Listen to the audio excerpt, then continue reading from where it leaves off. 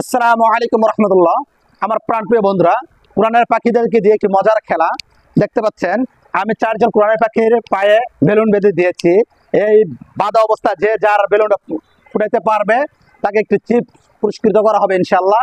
দেখা যাবে 1 2 3, দেখা যাবে কারটা কে ফুটাইতে পারে। দাগের ভিতরে দেখিয়া সবগুলা শেষ, দেখো সবগুলা দুইজন শেষ। দেখা যাবে বাকি দুইজনের ভিতরে কে কারটা ফুটাইতে পারে। দেখা যাবে ভিতর থেকে দাগের ভিতরে দেখিয়া দেখা যাবে মোহাম্মদ না রাফি পার। দেখা যাবে কাটা উঠেছে রে। দেখা যাবে রাফি মোহাম্মদ কে কাটা পাঠে।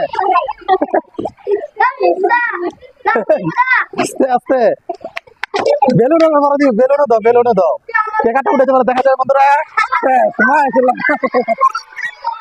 মোহাম্মদ হয়েছে। দেখতে পাচ্ছেন বন্ধু, অনেক আনন্দিত। মাঝে মাঝে খেলাধুলা আনন্দের জন্য সবাই ভিডিওটি বেশি শেয়ার করে দেবেন, লাইক কমেন্ট সাবস্ক্রাইব করে দেবেন ইনশাআল্লাহ। আসসালামু আলাইকুম রহমতুল্লাহ।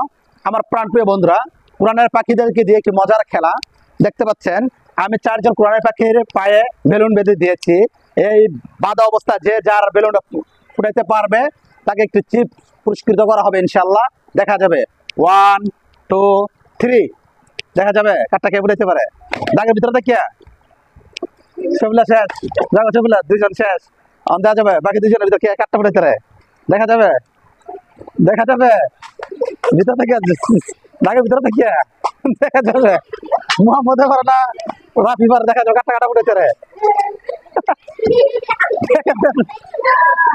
দেখা যাবে রাফি মোহাম্মদ কে কারটা পাঠে।